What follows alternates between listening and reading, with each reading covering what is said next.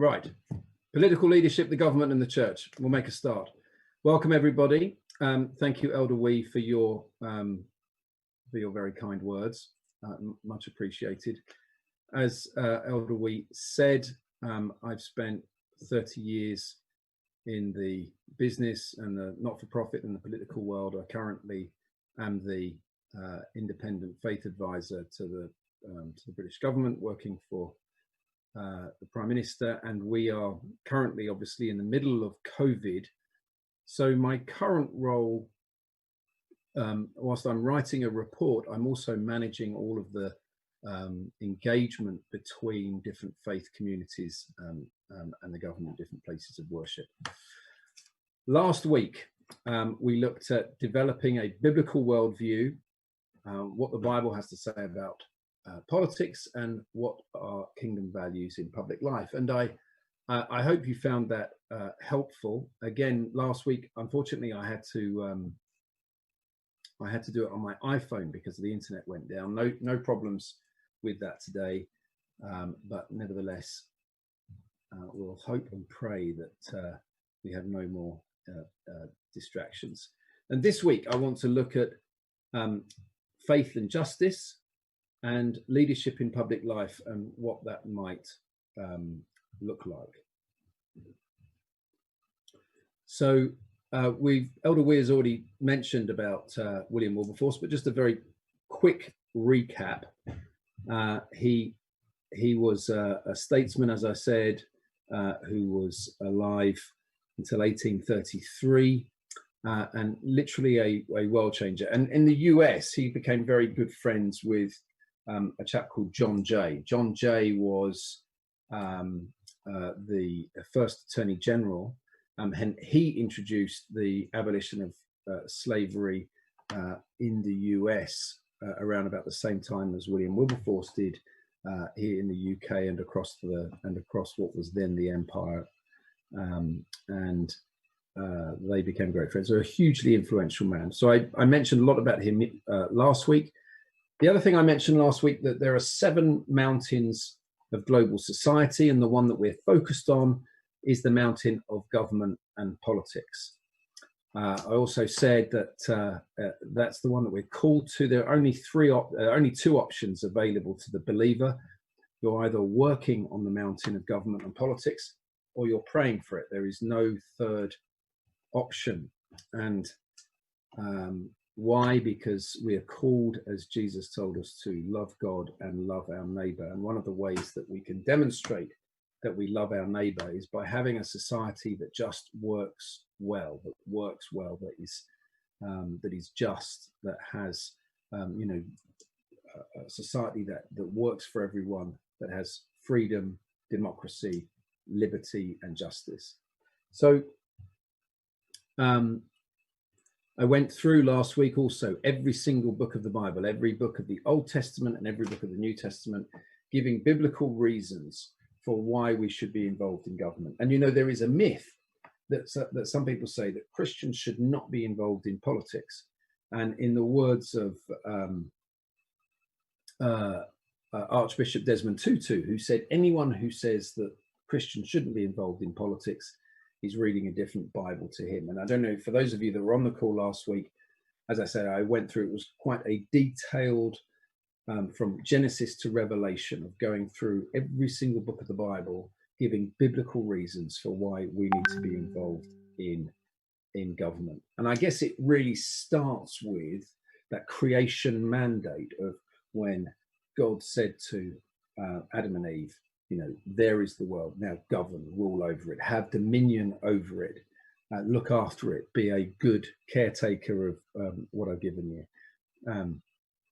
And we are called to do exactly the same. And I'll expand on that a bit later this evening.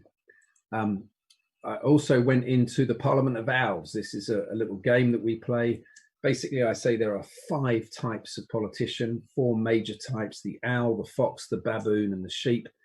Those who are high intelligence and high on integrity are owls. And of course, that is what we want. And that is what we want our leaders to be. High intelligence, but low integrity are foxes. They always exist. Low intelligence, low integrity are the baboons.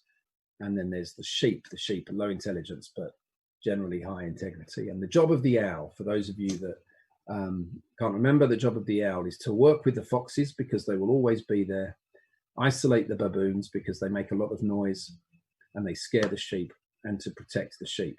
And the foxes manipulate the baboons make a lot of noise, but the job of the owl is to be high intelligence and high integrity to protect the sheep, to do a good job. So that's what we need. We need our politicians to be more like owls, streetwise, emotionally intelligent and wise. They do the right thing. They're trustworthy and unselfish. We don't want to be baboons, any of us. Baboons are foolish, unwise. They do the wrong thing and they're untrustworthy. The other thing that we covered last week were the 3 C's. These are the things that I say we need to look for in our politicians, and we need to check this for ourselves as well. We need to be high on conduct, high on charisma, and high on competence. You can have politicians that are very competent but lack charisma. They're not going to get very far. You can have people who are very high on conduct but very low on competence. Well, they're not going to get very far either. And you can have people who are just all charisma. We have a few of them today in the world, politicians that are all charisma. They're like rock stars, but they might be very low on conduct and may only have maybe only be average when it comes to competence. But the best kind of politicians are the ones that have conduct, charisma, and competence. And somebody last week said, don't forget the 4th C, which was calling. Of course, for anyone who wants to have a career in public life, if you're not called to do it, don't do it, because it is a brutal environment. It is a contact sport, and it is not for people that aren't called to do it. The Lord said he will equip those he calls. And if you're not called, pray for public servants, pray for those in public life, but best not to enter it yourself. But if you are called, be obedient and join the fray, because you are much, much needed. We talked about partisan politics last week. We asked the question, are political parties a good thing? I hope the answer came back yes. Can there be such a thing as a Christian political party? I don't think so. I think we need to be salt and light in the existing ones. And thirdly, is there a better system of government than a democratic one? My response to that is no. As flawed and as challenging as democracy may be, I don't think there is a better one of how we can organize a system of running a country. So we looked at what is partisan politics last week, and just very quickly, if you are called into public life or in politics, please, please, please make sure that you remain above the red line, be either in the center left, or the center right. Anything below that becomes increasingly authoritarian, dangerous, and generally fails. In fact, I don't know if anyone can name a single country on the planet that has been able to be successful in the long run, if they have been either hard right, fascist, communist, or socialist. All of the major economies in the world have maintained either a balance of either being in the center left, or the center right, and that would be something worth considering when thinking about your own political careers and choices. Okay, so that was last week. Just a very quick recap on last week. Are there any questions before we move on? Please, if you want to ask a question, unmute yourself and then ask the question. I'll be more than happy to answer it. I promise you, you won't knock me off my stride.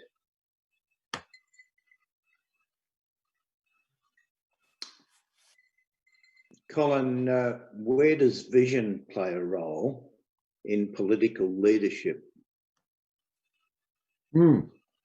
So vision, great question, John. Thank you for that. I think it was you that mentioned the calling last week, wasn't it? Yes, it was, Colin.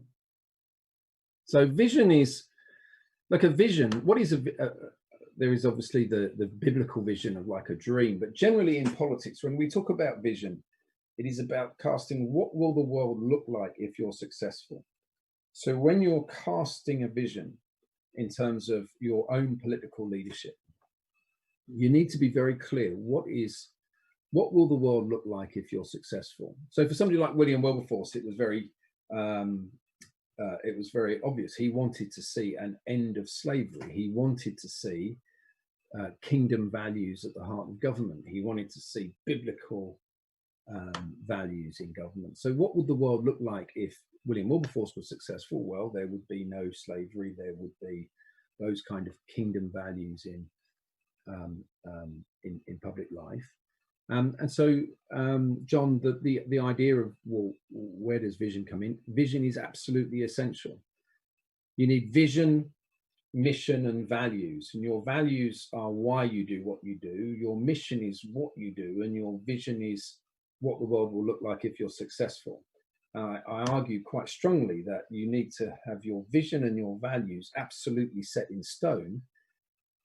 How you achieve your vision based upon your values will change dependent on the prevailing political culture that you're in, the country that you're in, the resources that you've got at hand, what the state of the opposition is like. So your mission can be flexible, but if the Lord has given you a vision and you know what your values are, those two are pretty much set.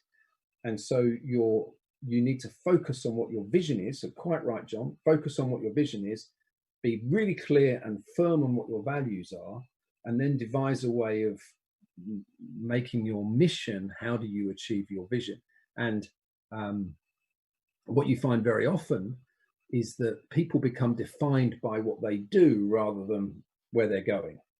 So, they become defined as being, the guy or the woman who did X, Y, or Z. And I think and they get happy and they just sort of fall into that. Much better to have a really clear vision. What will the world look like if you're successful? And then be defined by that. I hope that answers your question, John. Any other questions? That's excellent. Thank you, Colin. Any other questions from anyone before we move on?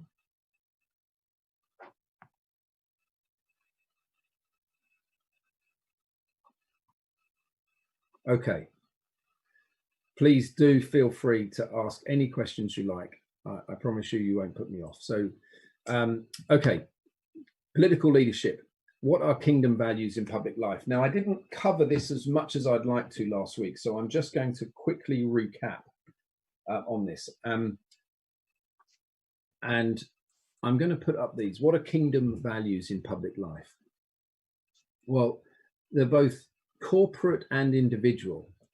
And I think if you want to see what a good legislator, a good politician, or a good political party, or a good administration looks like, then they will have all of these qualities. They will be law-abiding, they will hold to both their national laws, their constitutional laws, and international law. You'd hope that they would be wise, that the Proverbs tell us about the value of wisdom. We want our leaders to be wise. We don't want them to be baboons or sheep. We need them to be wise. We want them to be good leaders. We all know what a good leader looks like and what a bad leader looks like. So we want our leaders to be good. Kingdom values would be a good leader. Moral, of course. Generous, that they would embrace freedom and liberty, justice, fairness. They would be truthful and have integrity about what they do. They would be caring and compassionate. Now, I've said democratic. Why have I said democratic? Because I still, as I said last week, I still think it is the best way of organizing a fallen world is through democratic means, something we have to work with. Competent, always, you need people who are competent. Kind, of course. Now, educators and visionaries. So back to the point that John made about, why is vision important?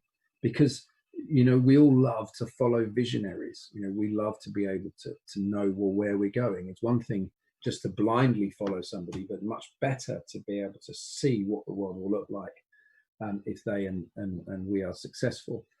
And then finally, I put educators. So what are kingdom values in public life? Will there be educators? If you look at the way that Jesus was an educator. All of the great leaders that we know have been educators. They are people who, they don't just tell you what to do, they explain to you why it is. You know, the question is why? Why are we doing what we're doing? And you have the answer.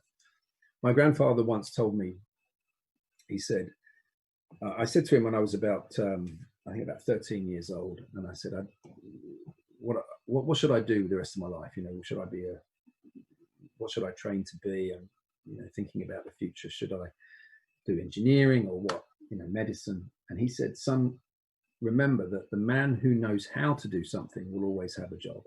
So learn how to be a doctor, learn how to be an accountant, learn how to be a banker, learn how to be an engineer. You will always have a job. He said, but if you can work out why, then you will always be the boss of the man who knows how. And so that for me was a really interesting, sort of very early in my life, a great lesson. The man who knows how, or the woman who knows how, why, sorry, will always be the job, will always be the boss of the man or woman who knows how. So understand why things are done, and help educate people, be generous with that as well. So does anyone want to add anything in terms of what kingdom values in public life might look like? Have I missed anything?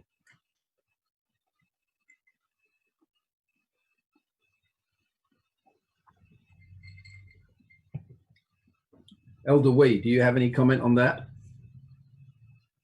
Agree. Competency is important.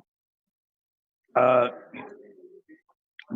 because of the complexities of leadership and the world that we live in, what is competency?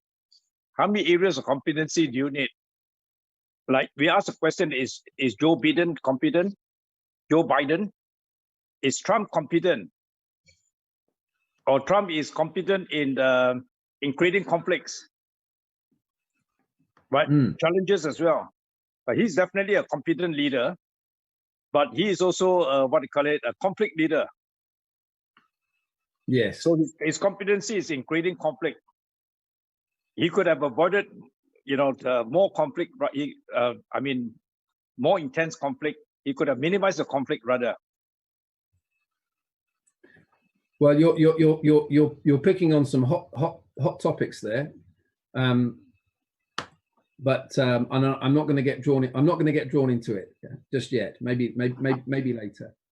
But there we are. Those are the kingdom values that we are looking for in public life. This is what we want from our leaders. This is what we want from our administrators and our political parties. Colin, so, I believe that you always need a team. You need the ideal is to have a team of leaders with different gifts and working together as a team, rather than singular leadership. Of course, there's an old African proverb that says, "If you want to go fast, go alone. If you want to go far, go with a family or go with a team." Colin, I have one thing to add on now. Jehu, how are you? Yeah, I'm good, thank you. In terms of the kingdom value, what about sacrificial? Would you consider the leader need to be sacrificial? I think so, yeah. Yeah, it's a really good one. I'll add that. Very good point, of course. And I can tell you that you could probably add to it also, they have to be brave. If you want to be a good leader in public life, you have to be both sacrificial and brave. And of course, look, we follow the greatest man that ever lived, Jesus Christ. And he was both sacrificial and brave. And he was also all of the things that I think are on my list here. If we really want to see kingdom values in public life, we could call it something else. We could call it Jesus values. It would be all of those things. And wouldn't the world be a better place if we had men and women who were like that, serving in public life, who had that same characteristics?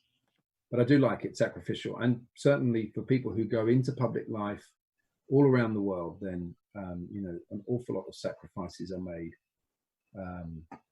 in what they do. It doesn't often feel like that, because I think You know, the media like to portray all politicians and everyone in public life as greedy or corrupt or, you know, somehow less than moral, and some are less than moral. But in my experience, the majority of public servants, people in public life, are good, decent, hardworking people who are, you know, who do a good job and sacrifice an awful lot for their community. Okay, I'm going to move on. So this week we're going to talk about faith and justice and leadership in public life, what it might look like. And I'm going to require, I don't know how many of us are on the call, probably nearly 100. I'm going to require a lot more of you to engage with what we're doing, because I'm going to be asking some questions. And so I really appreciate it if, and I know it's difficult, but I'd really appreciate it if you unmuted yourself at some point when you want to make a comment and answer some of the questions, because I want to get a feel for exactly, you know, how you're thinking and where we're going. So there will be some questions in this, and I very much appreciate the feedback. So political leadership, we're going to focus now on just faith and justice. And there are 4 areas that we're going to look at. Number 1 is disagreeing well. The second is life issues. The third is race, a very topical issue at the moment. And then the fourth is poverty. So we're going to start with disagreeing well. Now, as Christians in public life, we need to model loving relationships across the sociological, political, and denominational divides. Disagreeing well offers us an opportunity to model the grace and love of God in difficult circumstances.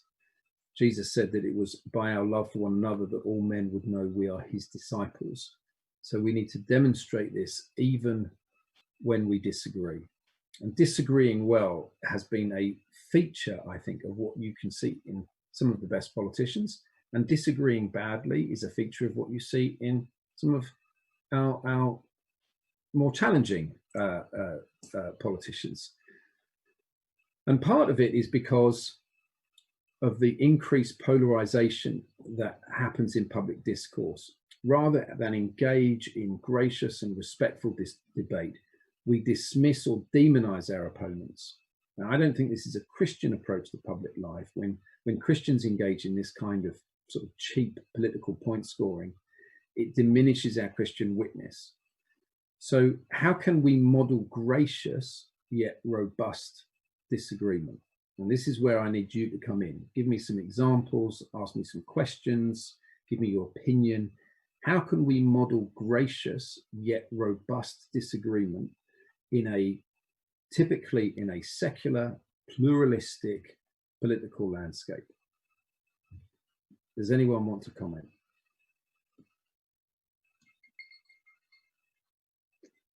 Colin, I would say learn to debate the issue, not the person, not to attack the person.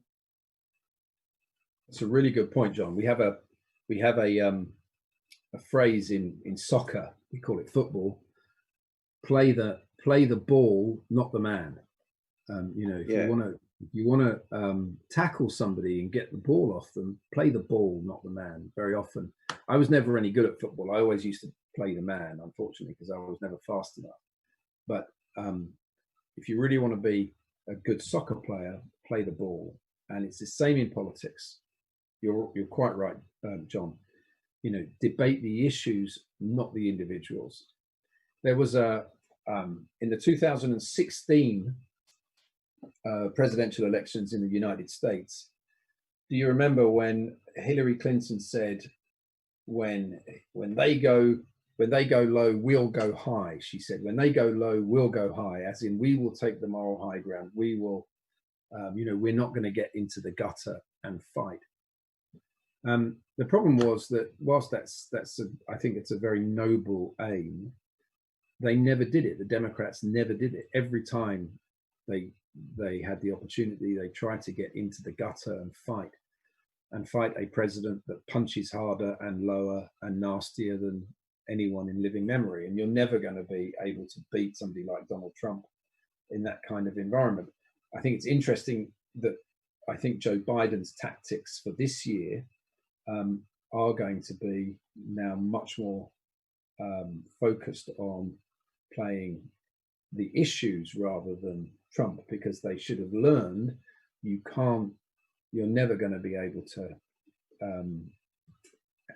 out Trump at what he does. How else can we disagree well? How can we model gracious yet robust disagreement? Any other comments?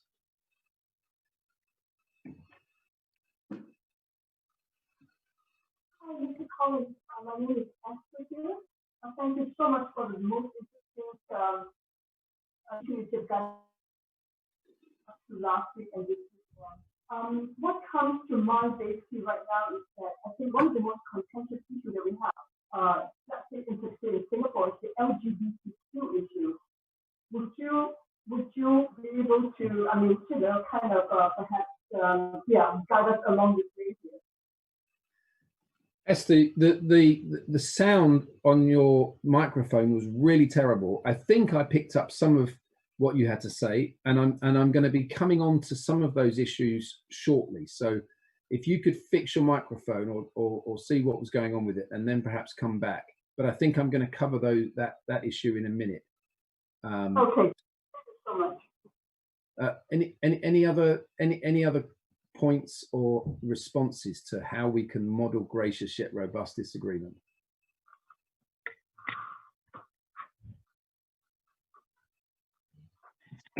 Is a basic respect for people. The basic for respect for people, that your opponents are your fellow citizens. They're not your enemies. They're not your enemies.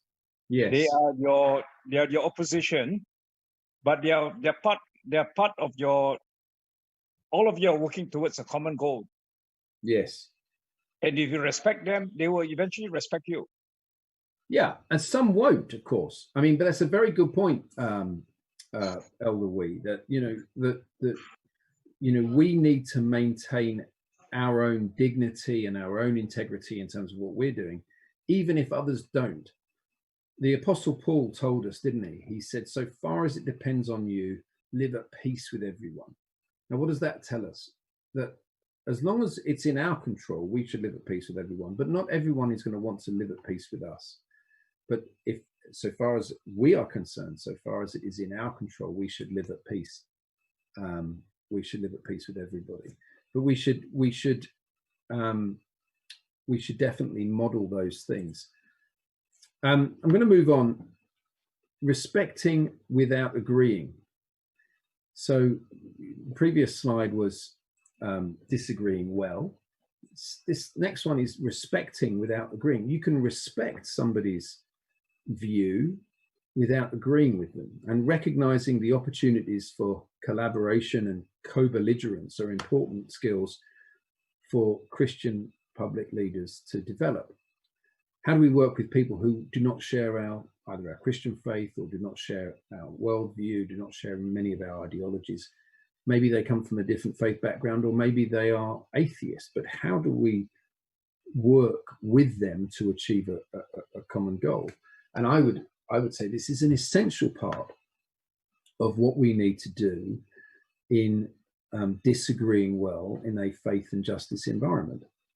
Let me just talk about William Wilberforce for a second. If you see the film Amazing Grace, you will see that his two greatest supporters was a guy called Sir Charles Fox, who was the then Foreign Secretary, the then Foreign Minister, and William Pitt the Younger.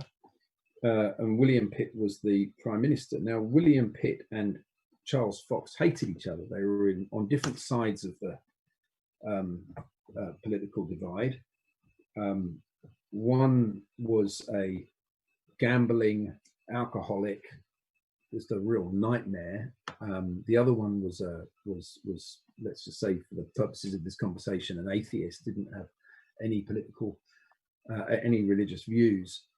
But William Wilberforce worked with both of them because he needed both of them. That co-belligerence was required.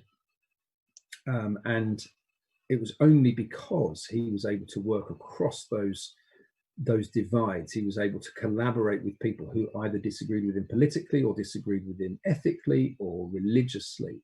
He was able to then, achieve something great. So we can respect other people and other people's views without agreeing with them. And I think that, there are other examples that we can look at where I think respecting without agreeing, and it goes back to Pastor Wee's point, if we can respect someone without agreeing with them, maybe we are modeling to them that what it is for them perhaps to respect us, respect our views without necessarily agreeing with it.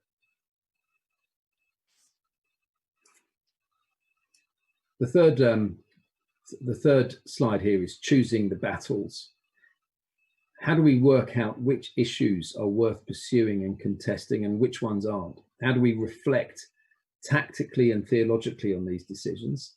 And how do we discern which issues fall into the following categories? So this is why I say in essentials, unity, in non-essentials, liberty, in all things, charity. So if there are sort of three categories to look at. There are certain things which are essential, where you would say, in my life, for the vision that I have, or your life, for the vision that you have, for the calling that you have, these are absolutely essential. And you will look for as much unity as possible with those issues. Where there is, if they're not essential, then be like a libertarian, to say, okay, live and let live. It doesn't harm me. It's not going to stop me from achieving the vision that I've got. John's point earlier about vision, what will the world look like if you're successful? It's essential that we maintain these issues. If it's not essential, live and let live. But in everything, we need to demonstrate charity. We need to be charitable people. We need to be soft-hearted and hard-headed in terms of what we're doing. So in terms of choosing the battles that we face, everyone will be different. And for some of you, the battles may be, an issue to do with marriage or with children or with education or with the economy, and others it will be something very different. But for each of us, if we are Bible-believing followers of Jesus who are working in public life, then we will have been called to a particular battlefield, and we have to know which one we're going to fight in. And that means that we also have to be generous to those, particularly those Christians that choose not to fight on the same battlefield as us, because it may well be that that's not the one that they're being called to. So I'll give you an example. Well, it's a quote from Winston Churchill, who said, if you stop at every barking dog, you will never reach your destination. And that's probably another way of saying, look, sometimes we have to be just relentlessly focused on what it is that we've been called to do, and not get dragged into issues that are not our calling, are not our fight. So it may well be that for some people, the issue of abortion and pro-life or pro-choice may be the thing that they've been called to, then that's what they should be fighting. But it could well be that somebody else has been called to something very, very different, in which case we've got to leave them alone and support them if we can, but not necessarily get dragged into an issue that's not our fight. So we have to choose our battles. I can recommend the following book. I hope we all know Os Guinness. Os is a great man, a very, very wise Christian speaker and writer. He wrote this book, The Case for Civility. I think it's probably about 10 years old now, but it's a very, very good read. I could recommend that hugely. Okay, does anyone want to add anything or come back on anything that I've said there before we move on to the next slide.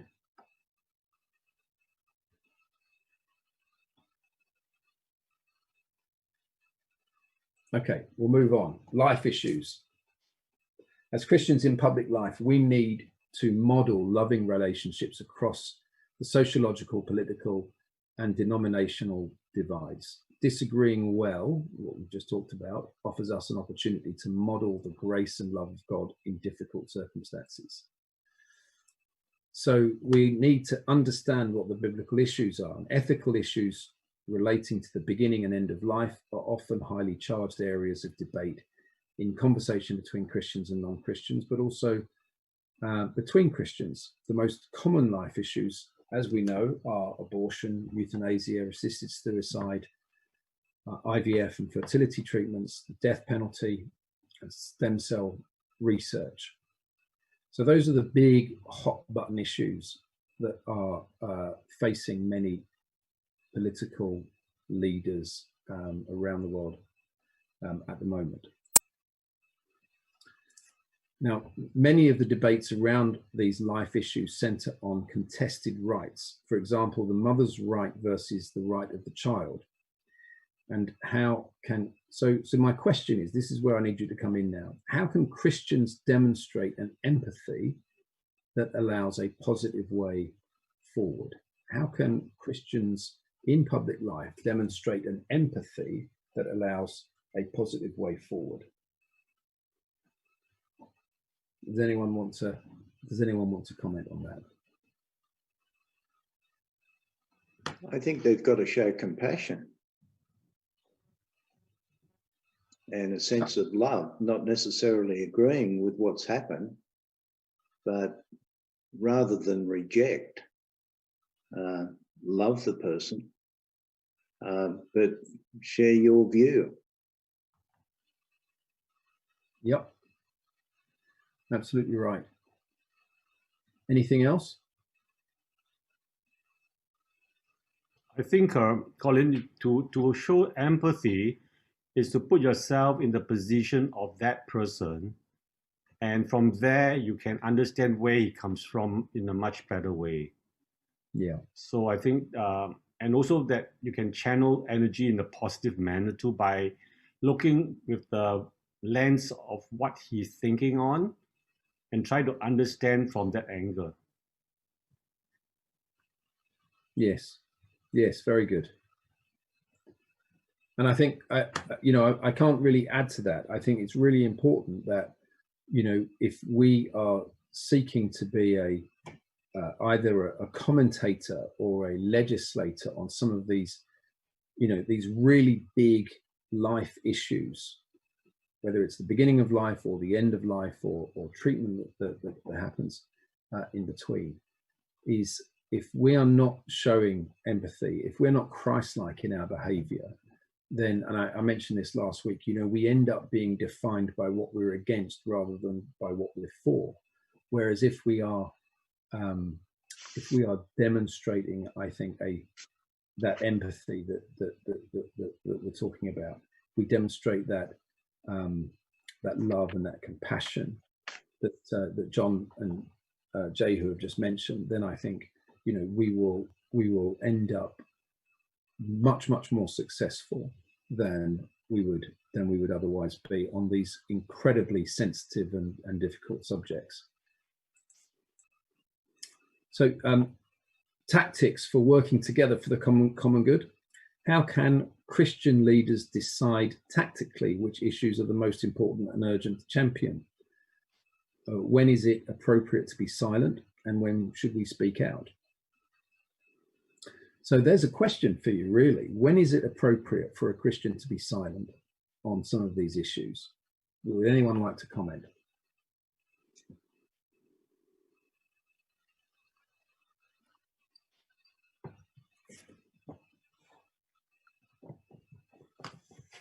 No one wants to comment. Well, let me try and be helpful. There is earlier on, when I was talking about choosing your battles, why it's important to be very clear about what it is that you're focused on. So there may well be issues. Take at the moment, there is an issue of you know, there's a whole, it's a huge furore, particularly in the UK and in the US, you know, on matters about things like transgender issues and those kind of things. And it may well be that some people have got, you know, a very clear, very well thought out and a very well argued and reasonable debate about there are only two genders, for example. But right now, if you were as a politician or as a candidate that wanted to stand in a politician, or if you were a member in public life, there is no room for debate on Twitter. There's no room for debate. There's no nuance on this subject at the moment. I think it will come. I think there will come a time when we will have nuance. There will come a time when there will be debate. But right now, it's just not possible. And careers are being finished almost overnight because somebody may be a bit clumsy in their language. They may not be.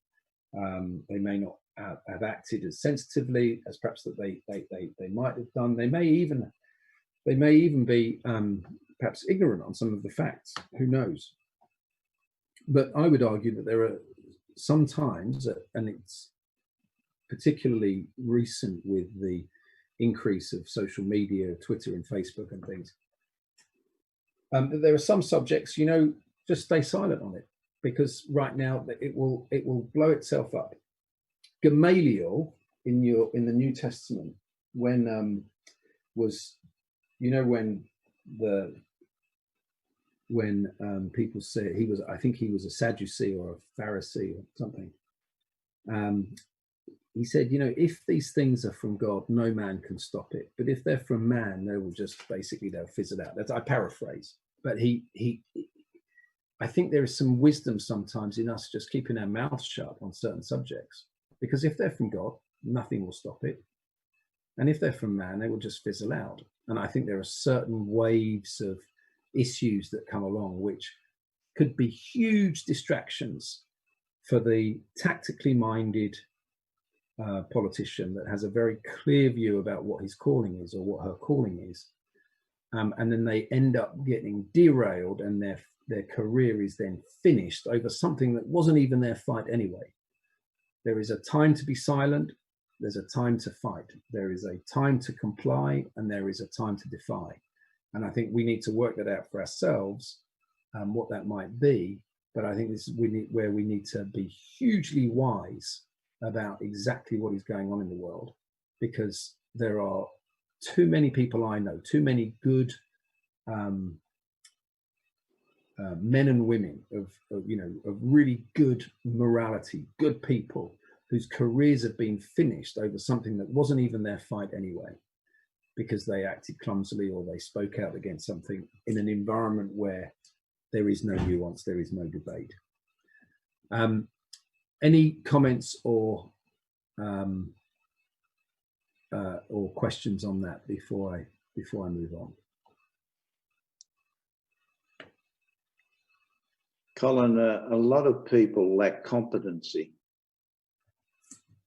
and competency is made up of three things as I understand it. One is knowledge, two are the skills you need, and the third one are your ethics. And at what point do you sell out?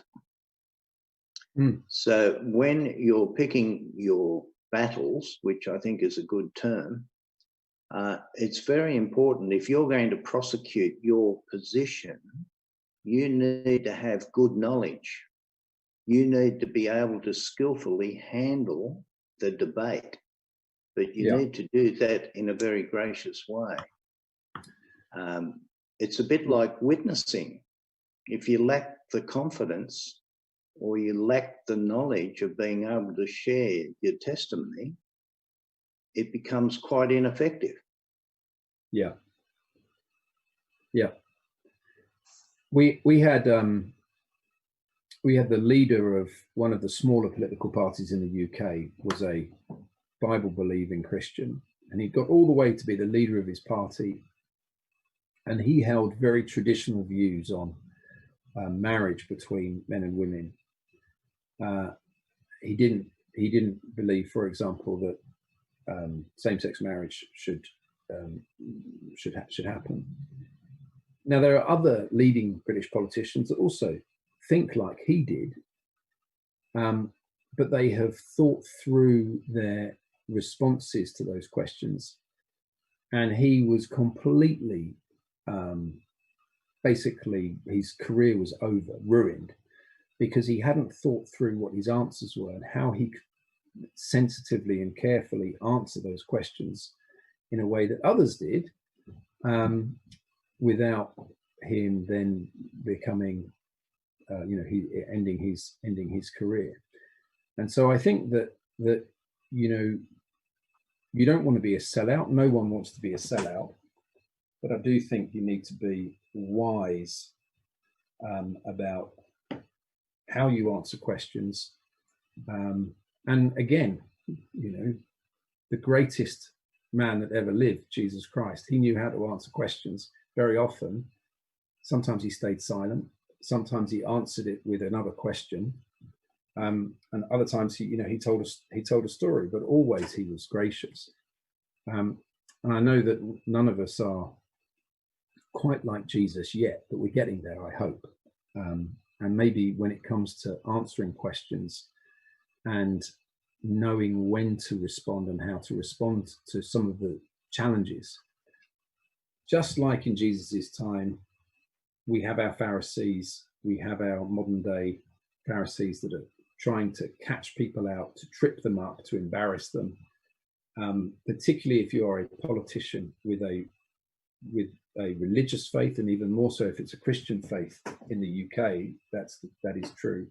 That they will be seeking to undermine you and embarrass you and to trip you up. You have to be incredibly wise in terms of how you answer some of these questions. Otherwise, your career will never get very far. I put this book up by John Stott. Again, it's suggested reading, Issues Facing Christians Today. Again, I think this is probably 5 or 6 years old, but still maybe more. It's a very, very good book. I can recommend that. Moving on to the third issue. This is a quick one, but it's very, very topical at the moment, particularly, as I said, in the US, also in the UK. I don't know in other parts of the world whether it's such a big issue, but as I say, it's a huge issue in Western Europe and in the US. So when Paul wrote, there is neither Jew nor Gentile, neither slave nor free, nor is there male or female, for you are all one in Christ Jesus. He asserts that a Christian's identity is found primarily not in ethnicity, social status, or gender. Yet too often Christians have allowed race to be a dividing factor in the church. And too often in world history, Christianity has been conscripted to support racism and ethnocentrism. So my question is this an issue in 2020? Has the church around the world, are there examples where the church has unwittingly or deliberately allowed itself to become a supporter of whether racism or anti-Semitism or Islamophobia or ethnocentrism or anything like that? Is there something is this an issue that we need to be aware of today so that we don't make and repeat the mistakes of the past? Does anyone want to come back on that or make any comments?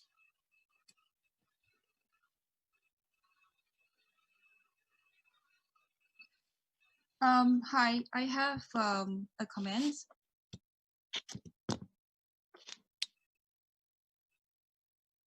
Can you guys hear me? Yeah, we can hear you, yes. Okay, I'm just gonna start the video so I could put a face to the voice. All right. So it's really interesting, the topic today. And Elder Wee, thank you for sending it to me, because I had mentioned to him that I missed last week because I forgot about it. So it was just last night, yesterday, I had 2 very long conversations with 2 American friends. One is actually of Singaporean origin, but he is an American. and then he's Chinese like myself. And then the other person that I spoke to was my childhood friend, Malaysian born, now also American, and one on the East Coast and one on the West Coast. And the one on the West Coast works for Apple, clearly has views that belong to the blue camp, and then my childhood friend more to the red camp. And it was I've lived in 3 different countries, and now I've got really good friends on both camps in America, and even in Singapore and Malaysia. My childhood friend and I, we were just laughing about how people on this part of the world are fighting about those who are for Trump or against Trump, when none of them even have a right to vote or never even lived in the US. It's come to a point where your question was about whether we need, obviously the answer is yes, we need to be aware of the issues. I mean, you don't even need to make an effort to be aware. I mean, it's right in your face, like everywhere you turn, Black Lives movements, all life matters, and you cannot say all life matters, and the blue lives matters, like it's everywhere. And it's almost come to the point, I feel like, it's as much as you want to be aware and educate yourself and want to be really moderate in your views, my friend was just saying that you can't even say anything. Like, people are so sensitized now. Like, even if you're the most politically correct person, the most polite, the most gentle soul around, just something that you might say could just trigger someone off. And it's come to that state in America where it's just so difficult, and friendships are ending, and even families, people are not talking to each other anymore. And that's specifically in response to your question right now. But earlier on, you brought up a really great teaching point about how we need to know when to stay silent and when we think we should speak up. I personally thought that, for America and I'll just comment on America because I lived there and I never lived in Europe. It's come to a point of no return, so to speak. Like, before I went to the US for my postgraduate medical training, I was part of Church of Our Savior, and Pastor Derek Hong was the senior pastor then. I remember he said this.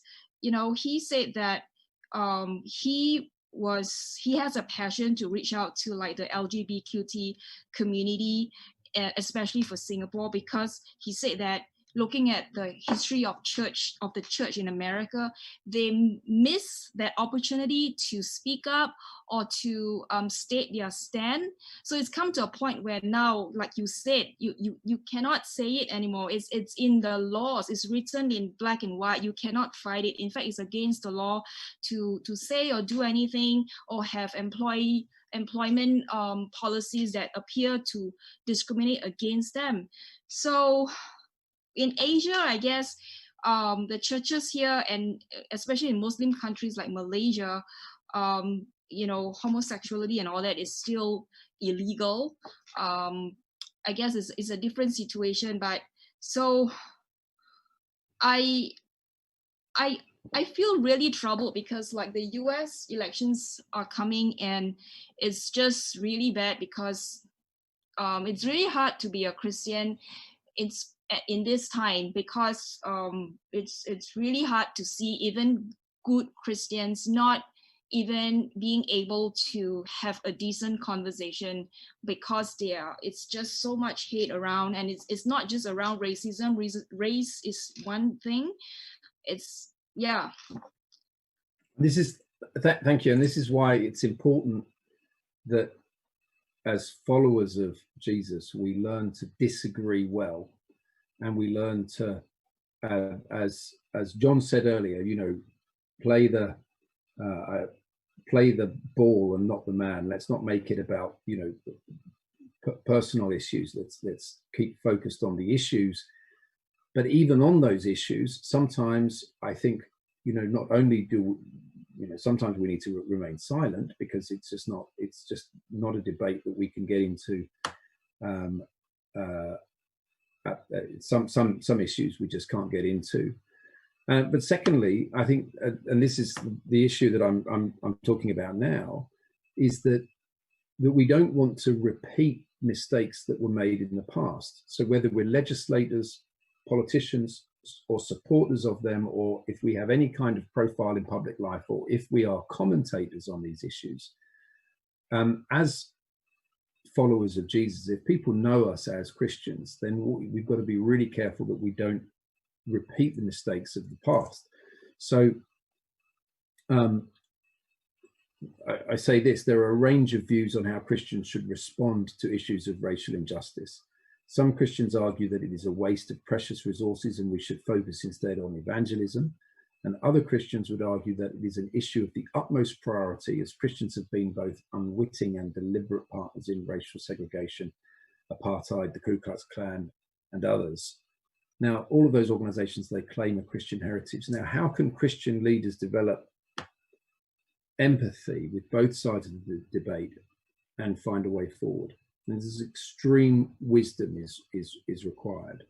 But if we're not careful, and I'm not talking necessarily just about race now, I'm talking about issues around anti-Semitism, around Islamophobia, about anything that singles out another group of people, either based on the color of their skin or their religion or their sexuality or anything like that, that says somehow we will demonize them and the church will get behind and demonize them, then my argument is that in the future, we might look back and say, you know what, did we really display the love of Jesus, the compassion of Jesus, the grace and the mercy that perhaps we should have done at that time? And I think we've got to be, we've got to always make Jesus central to who we are, how we behave, how we think, and then how do we then treat some of these different issues, as I say, whether it's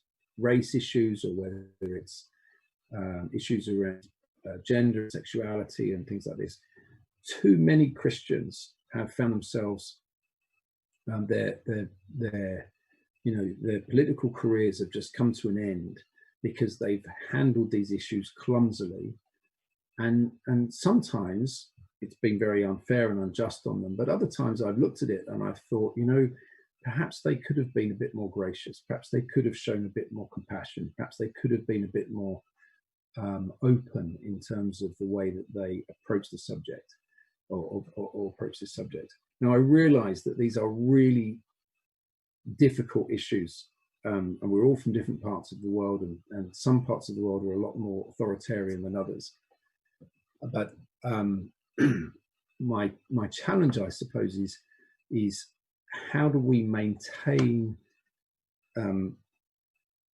being followers of Jesus in a way that maintains his values, his kingdom values in what we're doing, particularly when we're commentating and we're legislating on some of these very, very challenging and very sensitive issues. So that's a tricky one, but I'm open to have people ask me some more questions or to come back to me on that. I think my summary on it will always be, go to Jesus, look at the character of Jesus, and to see how and check ourselves whether or not we are behaving in the same way that he did. So, tactics for working together for the common good. Too often in debates about ethnicity and race, it is one group protecting their own interests. And as Christians, I think we need to use the influence and power that we have to speak up for others in an attempt to seek the common good. Because I think, we have a bigger voice than sometimes I think we have. And I think we can use that power and that influence for good. Does anyone want to come back at me on that? I'm sorry I have to keep wiping my head. I tell you, I've had to close, it's 91 degrees here, it's 30 something degrees centigrade. And I had to close my office window and I don't have air conditioning. So I'm sweating somewhat, not because of the subject matter, I promise you. Does anyone want to come back and ask any questions or respond in any way on those. Hello, Mr. Colin. Hi. My name is Dmitry. I'm Hello, from Dmitry. Belarus. I live in Moscow right now, and I'm sure you heard about what's going on in Belarus, and yeah, how Yep. the elections are most likely rigged. And how do you, what do you think? How should Christians react in such a situation as that? Because people are going outside, and the police are just like beating them up and throwing them in jail and etc. How should Christians react in such situations? Well, thank you for the question, and I am aware of what's going on in Belarus. It's sadly it's not a new story, is it? It's something that we've seen many times in many countries, many authoritarian regimes where these kind of things happen. How should a Christian respond in circumstances like that? Well, I don't know if you heard what I had to say last week, but sometimes I think there is a biblical time to defy, and sometimes we need to comply. And throughout history, whenever Christians have found themselves in, these difficult positions, sometimes they have stood up to ungodly and authoritarian regimes, and they've done it well. So I'm not going to encourage anyone in Belarus to take to the streets. I think everyone will need to make their own mind up about that. I certainly wouldn't criticize. I would criticize the church if it wasn't working very, very hard to promote kingdom values in Belarus, and I think that needs to happen. The most important thing, of course, that all believers should do for Belarus and in Belarus is to pray. And it's at times like this, the first thing we should do is get to our knees and pray for wisdom and safety, for protection, and of course energy to see through what's going on. And I'm sure the Lord will provide the right answers on the ground. But it's also a requirement of the rest of the world, and we're going to talk about this a little bit later, but for the rest of the world to come together and to put pressure on the Belarusian authorities to make sure that the rule of law and human rights are upheld. And I'm often disappointed that our international and supranational organizations have been so weak in dealing with some of these human rights abuses. But it's a good question. But I would say, first of all, pray. Secondly, and I don't know where or how it might be possible, but I certainly would also say that sometimes it is appropriate for Christians to defy what is going on around them and to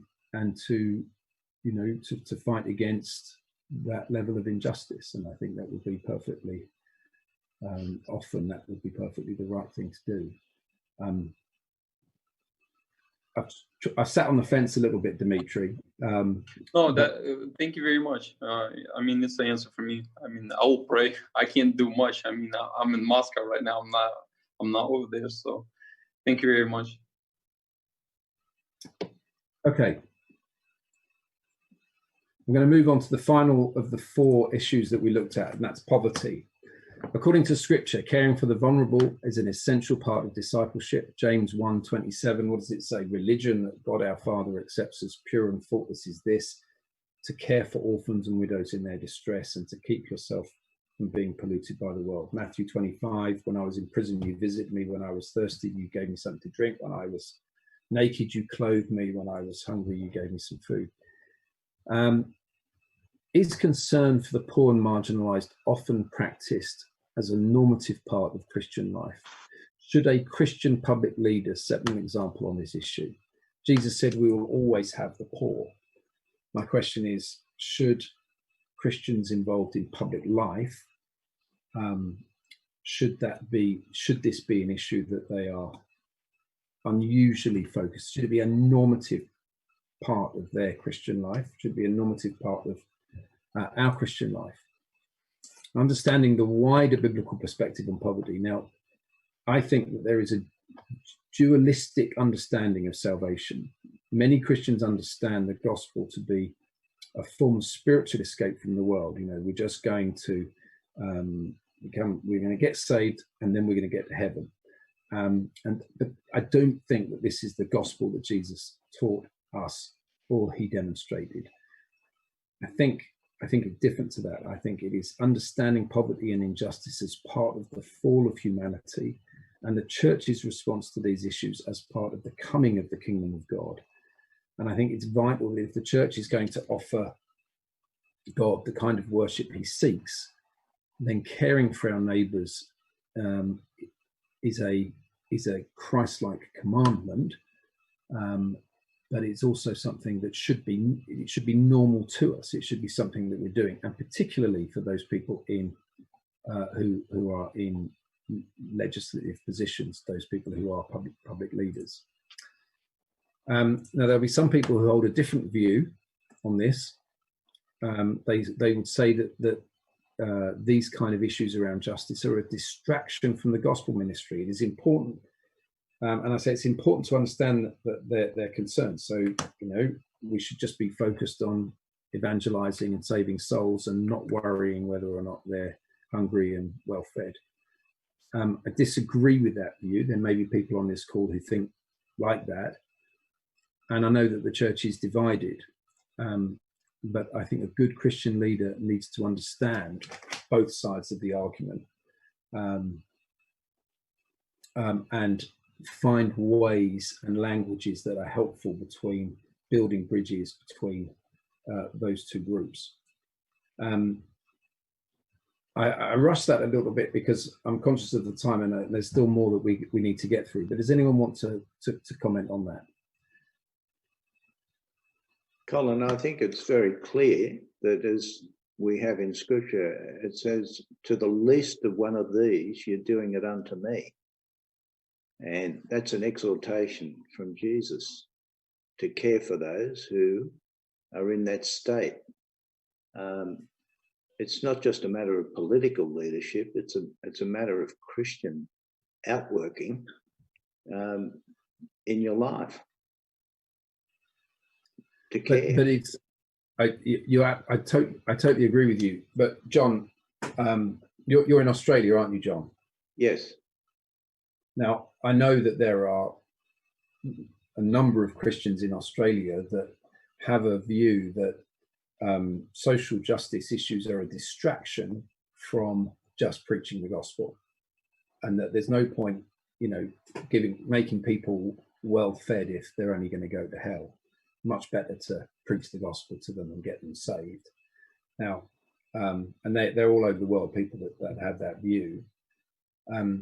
There is a large number of Christians that think like that. It may be anathema to you, it may be something that's alien to you, John, but you know, I'm sure you know people who think like that.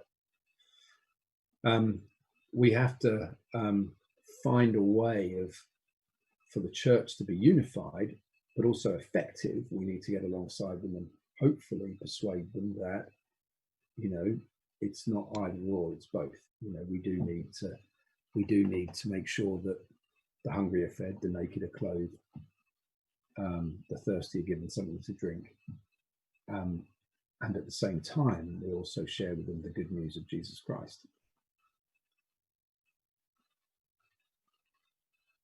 Colin, so I actually have never heard of that. Like, I was born in Malaysia. I went to school in Singapore, and I did part of my medical training in the US. To me, I've always known one view. This is an eye-opener to me. I never knew that there are churches or there are Christians who actually think that, you know, administering social justice could be a distraction to evangelism. Because I mean, if from the Bible, like, you know, when the disciples wanted to send the people, the 5,000 or 4,000 away, Jesus was the one who told them to give them something to eat. So he's always concerned. You know, there was one of the, I don't remember which one, whether it was with the 5,000 or with the 4,000, but he said that, you know, they have come a long way, and, you know, they're weak and they might faint along the way. So he was concerned for basic stuff like that. And then when he raised the little girl, I think Jairus's daughter or something, back to life, he told the parents, give her something to eat. And when he was resurrected, I haven't arrived there yet in my in the Gospel of Luke that I'm studying right now, but I remember from last time, like from previous studies, that he actually ate with his disciples. So it's like he's very practical, and he addresses the needs of the people. And also the other brother who spoke before me said that, you know, Jesus did say that when you give a cup of water, when you give a drink to the least of my brothers, you're doing it unto me. So that plus, you know, all these miracles that happened where he fed the thousands and he didn't want to send them away. And then throughout the whole Bible, I feel like there's one resounding common theme. I mean, there are many. So one of them is like God is always talking about, you know, what is religion? Religion is taking care of the widows, the fatherless. So I agree. I guess I just had always assumed there was just one view. So this is something new to me. I didn't know there was another view. Okay, well, sadly, I agree with you, I agree with John that you know that the appropriate and the real, if you like, real Christianity, real following Jesus, will include and have a big emphasis on, you know, social justice issues, giving and poverty, and would definitely be in there, as would hunger and other things. And so it is a surprise when you come across, but if you look around, I mean, you will find there are some Christians who exist in our communities who have some of the most incredible views and opinions and theology. Yeah. So anyway, well, look, I'm both glad and sorry that I've revealed that fact to you, Dr. Lil. I'm gonna move on. There's a book I can recommend called Engaging Globalization: The Poor, Global Mission, and Our Hyper-Connected World. It's written by Bryant Myers. If you want to know more about how Christians can engage in these things, that's a really good book. Yeah, thanks. I'll check it out. Okay, so that's just a quick summary of where we were looking at these issues of disagreeing well, life issues, race and poverty. Are there any questions on that before I move on, or any points of clarification?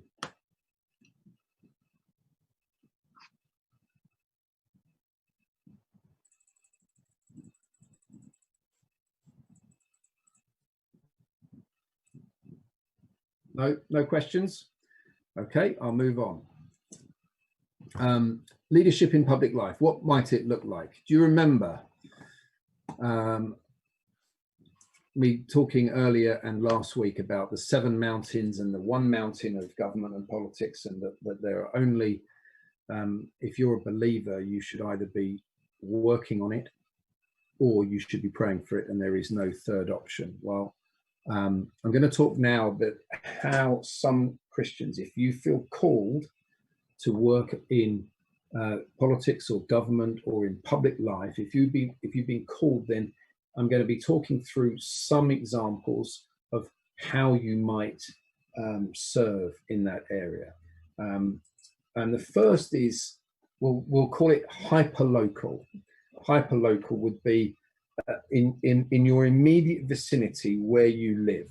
So it would be very small communities, a small village, a small town, maybe a zip code, or maybe a postcode. And you could be something as simple as being a community organizer, or a parish councillor. And there are other things that you could do, but it's a much, much more local level. I'll give you an example. I live in a very rural environment, so there aren't many houses, lots of farmers where I live. During the lockdown of COVID, one of my neighbours, who lives about maybe about half a mile away, came round and leafleted all of the houses in the region, in the very small community where we live, and just said, if anyone needs anything, here's my cell phone number, because we're all locked down. If anyone needs anything, I'm more than happy to see what I can do to help. It's something very small, but it's a form of community organising. We have something locally called Neighbourhood Watch. Neighbourhood Watch is where, if you see something which looks a bit sinister, if you see some people that are driving around, looking at houses to see if they can break into it, then you have like a WhatsApp group or something like that, and everyone lets each other know to close their windows and look after themselves. So something hyper local like that is a very good way of getting started. But even if that's all you do, it's still very, very useful, because when you're a follower of Jesus, doing these kind of things in your local community, showing community leadership, it is a form of politics. It might not feel like it, it might not be party political, but it is certainly leadership in public life, because what you're doing is putting yourself in a position to say, well, how can I help? An extension of that could be, as I say, being a parish councillor, if you have parish councils. John, do you have parish councils in Australia? I think you do, don't you? Yes, municipal councils, yes. Yeah. So those are the kind of things. So you can work at a hyper-local level. I mean, the next one is at a local level. So that would be at your local town or your local city. And then generally those are positions that you get elected to. So you become a local councillor. I was a local councillor in my town. It was a pretty big town, but I was there for 8 years as a local councillor. And within that, you can really learn, how to debate, how to get legislation through, albeit at local level. You understand government finance a bit better. Or you could run to be mayor. I mean, I don't know how many people are on the call today, but wouldn't it be great if 2 or 3 of you thought, you know what, maybe I felt called to go and be the mayor of my town or my city, and to put yourself forward in that kind of position? Because, if not you, then who? If you've been called to it, then you should definitely do it. Other areas, things that you can do locally, certainly in the UK and other Commonwealth countries, we have these things called magistrates. These are lay members of the judiciary who would make decisions on very local issues of other people's conduct, whether that's petty crime or some other things. But a magistrate is a really good way of serving at local level. And possibly one of the most effective and the least used, and the one that surprises me that more Christians aren't doing it, is to get involved in school boards. Now, school boards are common across the world, certainly across developed nations, where whether you're a parent or just somebody who is local, you can join the board of the school that your children go to, or your local school, and play a part in developing the local policies, the local values, the local, if you like, vision for a school. And it surprises me that more Christians aren't involved in their local school boards, because the schools are very often one of the greatest sources for good and also for promoting things that are not so good. And so being involved in your local school board as a believer will have a tremendous impact on the lives of thousands and thousands of children who may well be going through it. So that's it. We've done hyper-local, we've done local. Now let's go on to national. So areas of public life where you could serve could be as a member of parliament. Do we have any members of parliament on the call? No, maybe not, maybe. Civil servants, working for government or working for member of parliament is a form of political leadership. If you are in the legal profession, being a judge is something that has tremendous influence over law and a national level, something that we do need to have more Christians involved in. Being a government advisor, governments, whether it's in the US, the UK, Singapore, anywhere, has thousands of advisors and people working in them. Being a government advisor, I think, is something that is very useful and something that a Christian could do very well. And then serving on national boards. So every country will have a national board for its tourism, or a national board for its exports, or a national board for its infrastructure or mining or whatever it might be. And serving on those national boards, you will be bringing kingdom values, your values as a believer, you will be bringing into those places, and you could make an enormous difference there. So I don't think there is a lack of opportunity either at a hyper-local level, a local level, or even at a national level for you to be involved.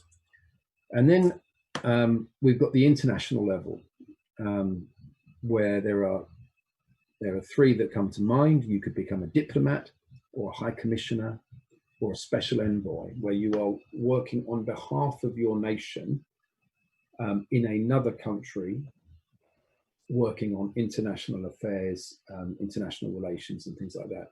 A tremendously important and it's an exciting role as well. But again, if you are a diplomat or a high commissioner, a special envoy, you are representing your nation. And if you have the kind of values that we've been talking about today, you can have a tremendous influence over what is going on. And then finally, a word that many of us may not have seen before, but supranational. It's an adjective having power or influence that transcends national boundaries or governments. And there are supranational ways of working as well. And here are just a few. Now, I know, because I've spoken to some of you privately, that you have got very, very profound concerns about some of these organizations, whether it's the UN or the EU or the World Health Organization, the World Bank, World Food Programme and others. I know that there are concerns, many Christians have concerns about some of these organizations. All the more reason why we need more believers working in there. All the more reason why we need more believers working in there. Because otherwise they become a monoculture. They become organizations that only have a certain view and will only repeat it. So if you're called to this kind of thing, we do need more believers working in these supranational organizations. So there, I've covered the hyperlocal, the national, the international, well, the hyperlocal, the local, the national, and the supranational organizations. Those are areas that believers can serve in and can, as I said last week, we want to be owls. So, a political animal of an owl, high in wisdom and high in integrity, working in those environments. So, any questions? Any questions on that? Nearly at an end, so I'm happy to take any questions that may be coming in. Anything at all about what I discussed or other things? Colin, I'd like to endorse 100% what you've just said. It is so important that we be at the tables to bring the influence of our values when we're called upon. If we're not at the table, we can't do that. So I just want to encourage people to think about, how can I serve? How can I serve my community? How can I serve my country? How can I serve my church? We're called to be servants. So I just endorse it 100%. You've laid it out very well. Thank you. Yeah, Thank you, Colin, I just want to also echo what was mentioned earlier. I think as a church, we need to encourage our congregation members, particularly the young ones, to take up position of influence, and particularly in the government sector, because that's where the legislation comes in, and that's where the impact on our well-being, and our responsibility to the calling that God has given us is so important to be in the mountaintop in order to make decisions and policies. So the question remains is that, how would you look at in terms of what should the church do today in relation to encouraging our congregation members to go into government? Have we done enough? Yeah, Jehu, thank you. Look, let me just come back on one thing you said, and I think you're one of the greatest Singaporeans I know. So don't take this the wrong way. I don't want to see any more young people going into politics, particularly. I think we do need to encourage young people to have a heart for community. But whenever I see young people straight out of university, my advice to them is, go and do a proper job first. Go and be a businessman or a lawyer or an accountant or a medic or an academic. Get some life experience in you. One of my concerns about certainly the West, is that we've got too many people who have no life experience at all being elected to positions of authority. And they're making some pretty wrong decisions. And it's not because they're necessarily bad people or they've got, they're necessarily the wrong views. They've just got no life experience. So look, I'm 50. I don't want to see anyone younger than me going into public life. No, I'm joking. I think there needs to be someone. You need to have a good career, because also the other thing about politics, I would say this: there's not a lot of job security in it. 1 minute you're elected, the next minute you're not elected. It's very rare that somebody like me can have so many decades of working and surviving. That's unusual. But even with me, there's been ups and downs. So having another career that you can fall back on means that you don't get sucked into you don't become a political apparatchik. Your whole livelihood then doesn't depend on being a slave to a party ideology rather than a follower of your own kingdom values where you are. So I know you agree, because you're nodding, I can see. So I'm not, I think what we should encourage young people to definitely be interested and thinking for the medium to long term about how they can serve. But the challenge is, Jehu, and I don't want to make this personal, but it's to people of your generation, and maybe the generation below, and maybe the generation after, but it's our age. We're the ones, we've got the wisdom, we've got the resources, we've got the relationships around us, we've got the backup. We're the ones, if we wanted to roll our sleeves up and make a difference, we really, really could. So I know it's difficult, because many of us are in a lane of business or in a lane in the church, but if we feel called to do it, whatever your age, and I think we need to have some more grayer hairs, some old wise heads going into public life. Maybe you, Jehu, maybe you should run. You'd make a great MP. Yeah, at 71, I don't think I'm too old yet.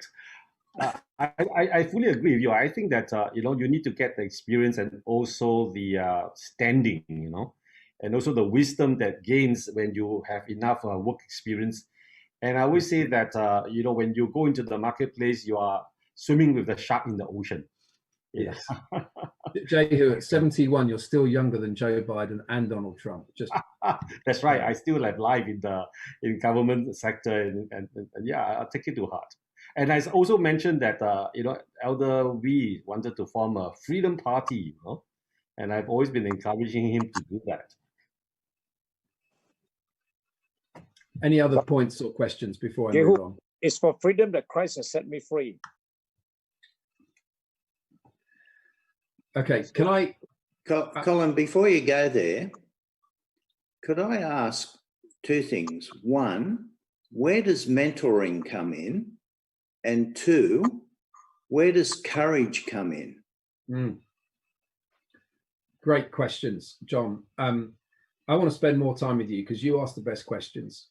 So where does mentoring come in? Always.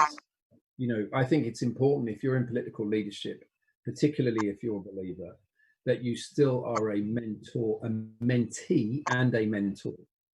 So, I mentor a number of people and I am mentored by a number of people. And I think that is, whether we're in business or whether we're in politics, whatever whatever lane we're in, I do think that that's a really important and valuable part of just growing and continuing to learn and develop and to be held accountable. So, I have an accountability group. So there's a group of people that I make myself accountable to in terms of the big political choices that I make. And the second point you made about courage, look, I mentioned this earlier to somebody. We are politics, government, public life. It's the most brutal of all of the environments that I think exist, and there is a reason for that. That's because where the money and the power is. Money and power is in politics.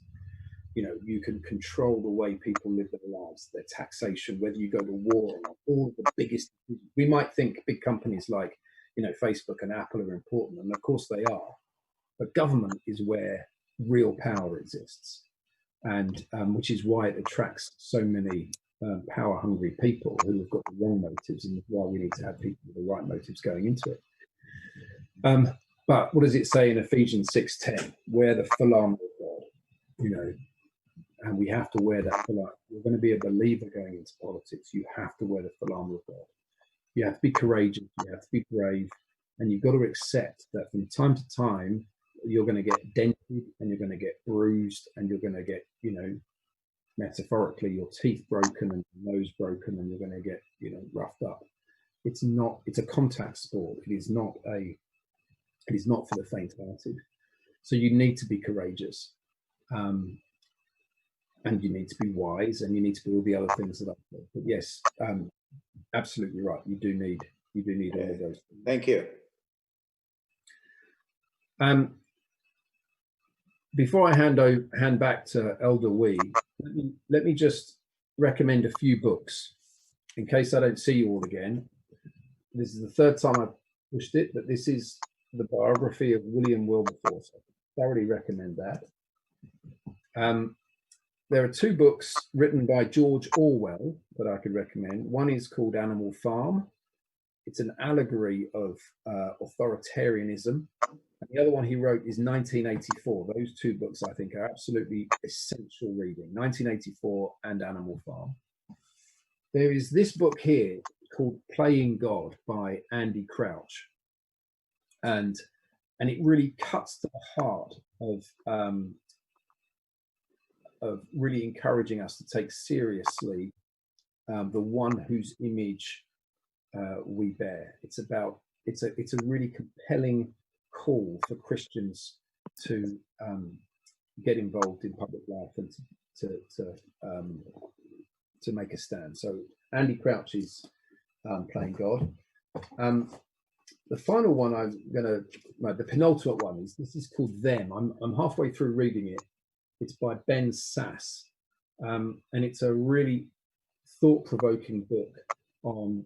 It's called Them: Why We Hate Each Other and How to Heal. And this is really in the context of a divided America. But I mean, it's good for.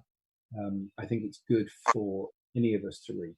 Them by Ben Sass. What is the title? It's called Them: Why We Hate Each Other and How to Heal.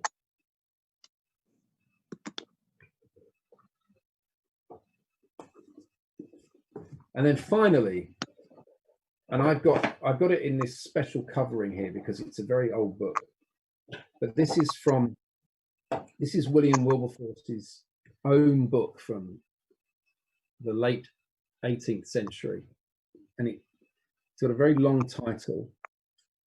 It's called A Practical View of the Prevailing Religious System of Professed Christians in the Higher and Middle Classes in this country, contrasted by Real Christianity. Now, it's been, a modern version has been produced, and it's just called Real Christianity by William Wilberforce. It's one of the books that he wrote. And in it, and I'm reading now from his original book here, he says the following. He said, we live, and bearing in mind this was written over 200 years ago, he said, we live in a world abounding with objects which distract our attention and divert our endeavors, and a deadly enemy is ever at hand to seduce and beguile us. If we persevere, indeed success is certain, but our efforts must know no remission. There is a call on us for vigorous and continual resolution, self-denial and activity. And that, you know, when I read that, I thought that is so true. Even that 200 years ago, written by William Wilberforce, he invokes Ephesians chapter 6 about, you know, a mortal enemy that is out there to try and stop us from achieving the plans that God wants us to do. But our absolute endeavor has to be to keep our eyes fixed on Jesus, and the focus of what it is that he's called us to do should know no remission, and we should be relentless in pursuing it. So thank you very much indeed. Okay, Colin, time. let me ask you the bottom line question. The American election between Biden and Trump, what is your assessment? We're going to put it on record tonight. I think Trump will win. He will not win the popular vote. I think he will win the. I think he will win the Electoral College. And I think Biden will get more votes, but Trump will win the election. So I'm suggesting that there will be another 4 more years of Donald Trump. And I think that the Democrats. I think the Democrats are going to struggle to. I think it's going to be very similar to 2016. That's what I think. I think they're going to struggle to win over some of the what's called the flyover states, the Rust Belt, the Midwest, you know, the South. I don't think that I don't think Biden and Kamala Harris have got it. So I think Democrats will win California, New York, and much of the East and the West Coast. But I think Trump wins everything else. There you go, Elder Wee. You've got a prediction out of me.